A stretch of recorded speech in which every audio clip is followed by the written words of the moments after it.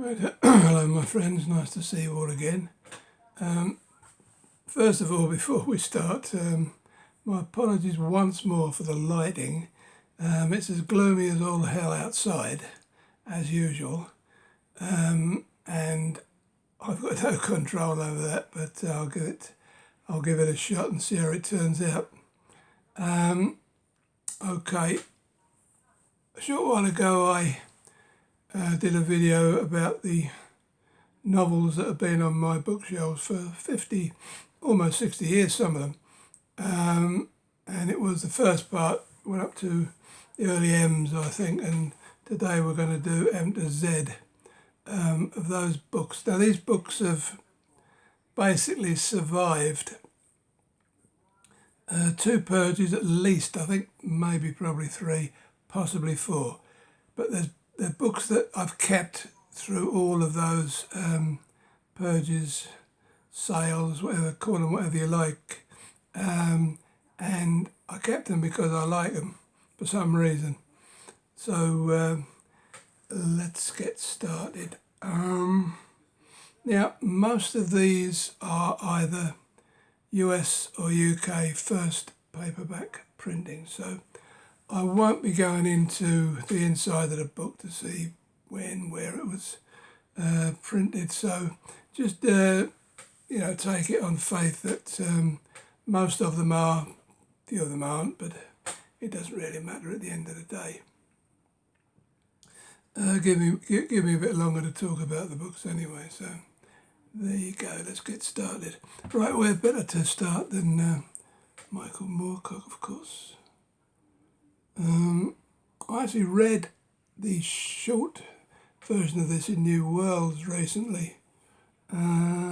Story, this is an expanded version of that. Story caused a bit of a stir when it was published because obviously it was about Jesus, basically, character Carl Glogau, and obviously the religious people weren't happy with it, and but here it is in its novel form. Quite a good book, I enjoyed it. I suppose that could be said of most Moorcocks that I've read. There's another one, Breakfast in the Ruins. And that's one of those nice New English Library jobbies with the nice livery and normally nice artwork. That's not one of the greatest examples, but it ain't bad. And it's it's in nice condition, which is always a good thing to have. Right, now the next four are what are known as the Jerry Nelius Quartet. And there's something odd about these. You might spot it, but if not, I'll point it out to you at the end of the video. Now, I've never really known if Jerry Cornelius is a science fiction, or the books, a science fiction, pop culture, or what. But I've always included them with my SF. And the first one of those, I better do a quick censor of that in case somebody at Amazon takes issue with it. Final program by Mayflower. And then we have the second book, Cure for Cancer, Penguin. A bit of rubbing on the spine there, but otherwise quite nice. And then we have quartet book, English Assassin. I like quartet books. There's something about them. There's the feel of them. They feel nice, and the pages tend not to brown. So I guess they use maybe not acid free, but less acid paper, shall we say? Shame about the little price there in pen. I can't do anything about it, unfortunately. But that's the third of those. And then we have finally Condition of Music by Fontana Books. Okay, nice one. I like the cover as well. Now, the eagle-eyed amongst you will have noticed that the 4 volumes are all published by different publishers, which is odd, to say the least. But probably there might have been a reason for it. I don't know.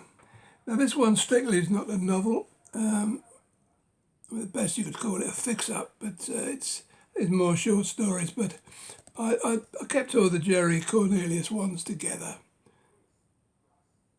So there again, that's Ep4, different publisher again. I've never read any of this Jerry Cornelius stuff, but they tell me it's quite interesting.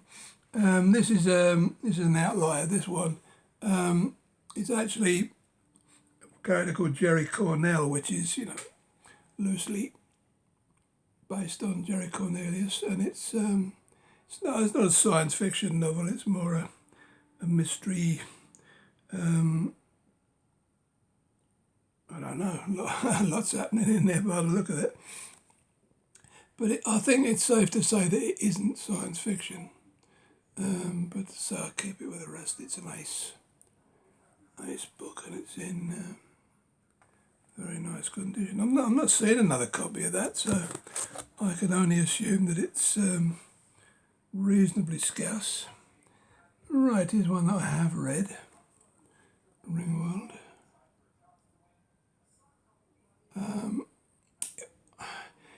It was similar to Rendezvous with Rama, but a bit better.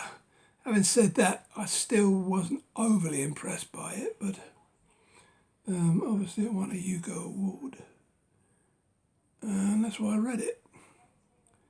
But as I say, it didn't really float me boat totally. Some interesting bits in it, but then it went on a bit. That's a nice Ballantine edition, nice and white on the back there. As I say, even when I've read a book, you wouldn't think that was red.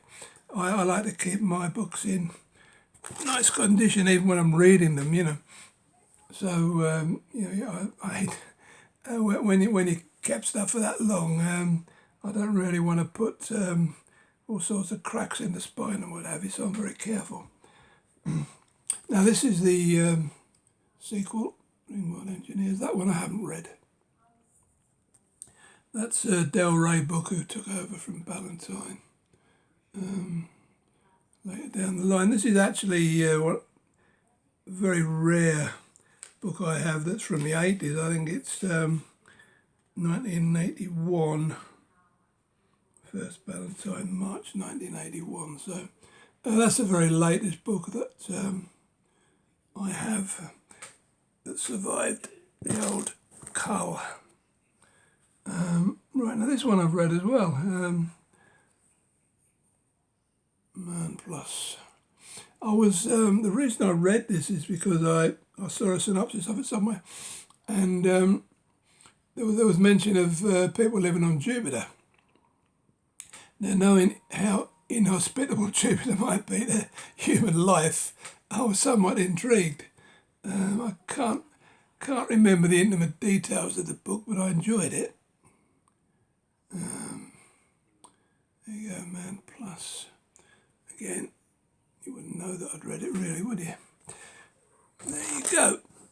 That one. Right, and this is the sequel.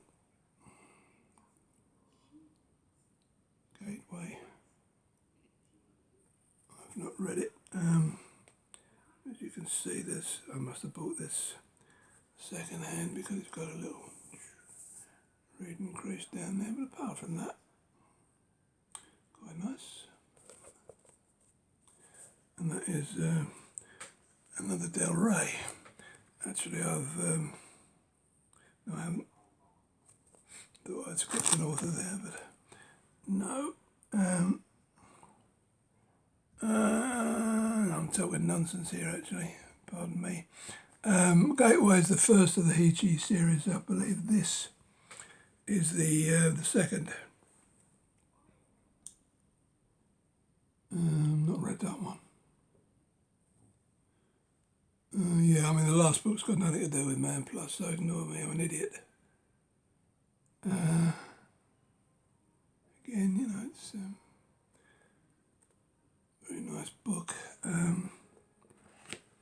Yeah, Delray Ballantyne books I've always loved, along with Ace and Berkeley too, of course. Right, now this one, I kept that started on. So it won Hugo and a Nebula Ordering novella. So I assume it was expanded from a Hugo winning novella, but it didn't actually win the Hugo. But the reason I kept it is because it's got a lovely Peter Jones cover there. And Peter Jones is another artist that I have a lot of time for. That one's in Futura again. Again, you know, nice condition. Right, let's move on to the second batch. Just let me hike them along here. Right, now, this book I tried to read a week or two ago. And it's a DNF because actually I only got 30 odd pages in. I didn't like the writing style, and I certainly didn't understand what was going on. So I thought it wise to just stop and maybe go back to it later on. I mean, it's a well thought of book, but as I say, I just, for some reason, it didn't do anything for me and I couldn't get on with it. So I stopped, which is always a good idea. Right, there's a series I like, Berserker by Fred Summerhagen. I love these old Valentine covers. I think this is probably a 1960s, 67, so that's getting on for 60 years, isn't it? I don't know if that is a Richard Powers. I love his work on covers. I think looking at it, it probably is. I wish I could get more books by Ballantyne of that age, and I'm always looking out for them in bundles online. That's the English version of Berserker's Planet. I don't know what order these are. This might be the sequel, but there's quite a few of them. And again, I believe that's a Peter Jones cover, but I would have kept it anyway because I like the Berserker books. And again, that one obviously is second hand. It has a broken spine, but still not in bad nick. This is another one in that series, although it's not titled Berserker in any way. Oh, yes, it is, yeah. There you go. But I just like that cover. Kind of menace to it, this big sort of robot looming out of the mist. And some sign of life there. That's a nice Ace book. First book publication, so maybe it's a true first, but yeah, I like that one. I must read some more Berserker books. Now this is another book like the Barefoot in the Head by Brian Aldiss I showed last time that didn't make, it was earmarked for the Ace Science Fiction Special first edition, but didn't make it. If you go and see Richard Rempel's SF Vintage channel, he will give you a chapter and verse on all this stuff, why it didn't make it, because he's got them all and he knows more than I do. Yeah, Bob Shaw books are always worth keeping, and I probably kept that just because it was in fact a Bob Shaw, and maybe it'll be a first US printing. There is a few second-hand books I bought, because Sheckley books have never been that easy to find. That's a old Mayfair edition. I think that's probably late 60s. yeah. Well, it's 71 actually. It was first published in 69, but still pretty old. There again, I like Robert Sheckley, but it's Bob. You think I knew him, wouldn't you? But I haven't read enough, I must admit. Another one. That one is showing signs of age, but as I say, they're not the easiest books to find. And then the last one, nasty little stamp in the corner there, but apart from that, it's not too bad. Love that cover, it's just so unusual. There we are. Right now, Robert Silverberg books, they're always worth keeping, aren't they? I haven't read enough Silverberg. I think I've only read 3, maybe 4 of his novels. Disgraceful, I know, but I'll just show you a few nice ones here. Signet, the version of Downward to the Earth. Some weird cover there, isn't there? I mean, it looks almost digital. I don't know if they used digital processing for covers in those days, but that'll be mid-70s, I would imagine. And then another Signet, Time of Changes, which is a similar kind of cover. A very nice book. Right up the line, this is one of his more famous ones, I think. It's a lovely cover, that.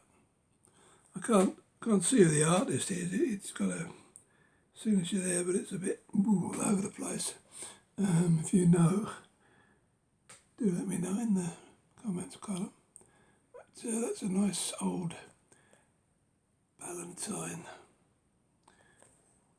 Good.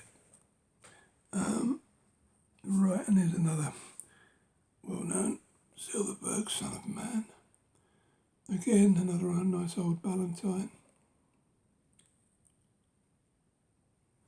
When these two, I'm just out of curiosity, I want to see when these two are. Yeah, actually they're 1971, so they're getting on. 50 odd years old. Now, yeah, this is one that I've read. Dying Inside. Very strange cover there. But again, it's a nice Valentine edition. Round about, I don't know, mid-70s, I would think. Now, this one, yeah, I mean, it's not, I obviously bought this second hand, it's not in the greatest condition. But I kept it because it's still, after all these years, in my top 3 or 4 favourite science fiction novels. It's actually a fix-up of short stories from other sources. But I know a lot of people are not keen on Simak. I've said it before in various videos that a lot of people use the word pastoral for his stuff, and that's often used as a criticism. Now, I like it personally. I mean, Way Station, Why Call Them Back from Heaven. I love those books, but this is by far and away my favourite Simak. I have quite a lot of Simak books now, so I probably will get round to reading even more. Right, excuse me 1 minute while I heave this lot forward. Okay, here we are. Right, now here's a good lad. Norman Spinrad. Let's get him right. The Iron Dream. Yeah. Norman Spinrad presents Adolf Hitler's SF classic and the critics rave. Yeah, I mean, I must get round to reading that one day. Surprised I haven't. It's an Avon book. I don't have too many Avon books. I don't know why. they did some quite nice stuff. And this one I have read, Jack Barron. It's I wouldn't call it standard science fiction. Hard to explain what it is really, although it is. I think it is lumped in with SF when it's speculative fiction or what, I don't know. But I read it many moons ago and enjoyed it. I know Harlan Ellison had a lot of time for that book. That's probably why I read it, because, of course, I'm a big Ellison fan. And then we have Songs from the Stars, pocketbooks. I don't think that's one of his more well-known novels, but I kept it because I tried to get as many spin rads as I could. Right, now here's one that's a bit scarce in this particular edition. Up the Walls of the World by James Pt2 Jr., otherwise known as Alice Sheldon.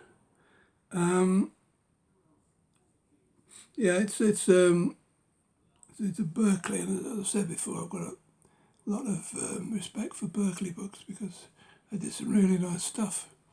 I did a lot of the early ballads, Crystal World and Wind from Nowhere, all that stuff, Drowned World.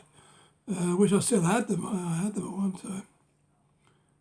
Hard to find now, of course. But must get round to reading some Pt2 because it's another author that is on my list of shame.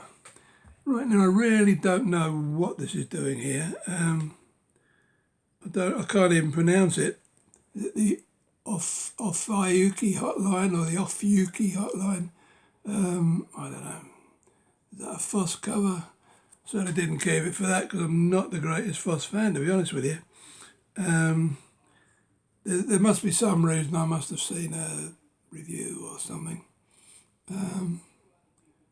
It's the only John Varley book I've got, so what the heck, might as well keep it.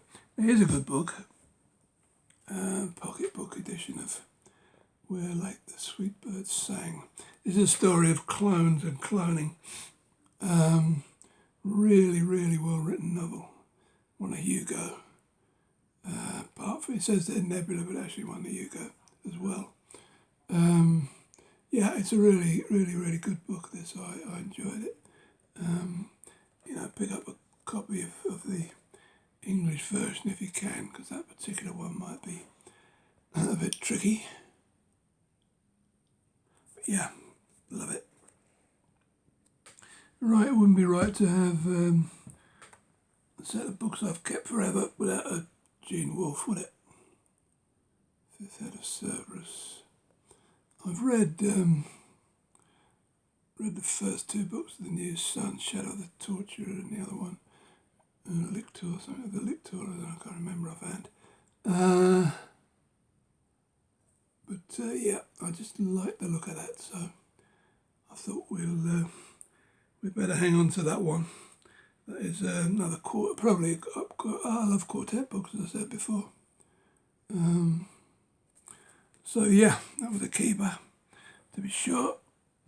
Actually, one of those what they call rack size books, it's smaller than your average. They were made this size to fit in the book racks in the States. I read this, it's a Hugo winner. I didn't care for it, and I don't like Rogers and Leslie in general. Having said that, I've got another 3 of his books to show you, which seems a bit ludicrous. But I think at the time I hadn't read much Zelazny, and I've read a couple since, and I didn't enjoy either of them. So there you go. That's that one. Actually, I'm trying to get more of these rack size because I really like the format, and I care for ace books anyway. one's Lord of Light. It's a Hugo Award winner that I never got round to when I did my Hugo project. I got a bit burned out, quite frankly, and that was one I never got to. But it's a nice book, Panther book, nice cover, and it's in very nice shape. Right, now this one purely for the cover, I have to admit. I think it's more a fantasy novel, is it not? Strikes me that way anyway, but that's a lovely cover. Unfortunately, not signed and uncredited, although the artist does look familiar to me. Yeah, it's a shame they don't credit artists, really annoying. But yeah, nice book. Another signet. And I kept this one because I was just fascinated by the title. My Name is Legion. You know, it sounds good. What it did to me. And it's a Del Rey. It's a Ballantine. As you can see, it's in perfect condition. So yeah, why not? I must try another Zelazny in case I'm being mean to him on the strength of a couple of books that I've read. Right, there's a couple of collaborations. I kept them at the end, both by the same Niven and Pournelle, Inferno. Again, it just looked interesting, so I can think of no other reason why I would keep it. Nice colour, interesting. And yeah, this one is more famous, Mode in God's Eye. I know a few people who really like this book. Bad nick either. I think it looks as if it might have been read at some point. So, but having said that, I'm fairly certain I bought that brand new. So maybe it's just the book. But yeah, interesting cover there. There's too many eyes on the cover there. Right, so that was the main batch of novels I have. I have actually got another little interesting set here that I'll show you before I go. As you probably know, I'm a big fan of cover art, and you don't get much better than Frank Frazetta, do you? I mean, there are 6, 7 artists that I love, but you know, I don't know. I think Frank Frazetta's the king, isn't he? Especially when you see something like this. I mean, these are all books that are not particularly great stories, but yeah, I mean, that is, that is something else, isn't it? Oh, it's a shame about all the printing over the top there, but that is just lovely. It's a Lancer book. And Frank Frazetta did a lot of these looking away from the page, or looking away from the cover. And I mean, the colours on that are just beautiful, aren't they? He likes ladies' backsides as well for some reason. So yeah, I really like that cover. And then this one looks a bit like a bit Flash Gordonish, but Manly Wade Wellman, who I'm not familiar with. Sorry, showing you that. That one's quite atmospheric. Hamilton, Outlaw World. This is Captain Future, I believe. Yeah, introducing Captain Future. That's another nice.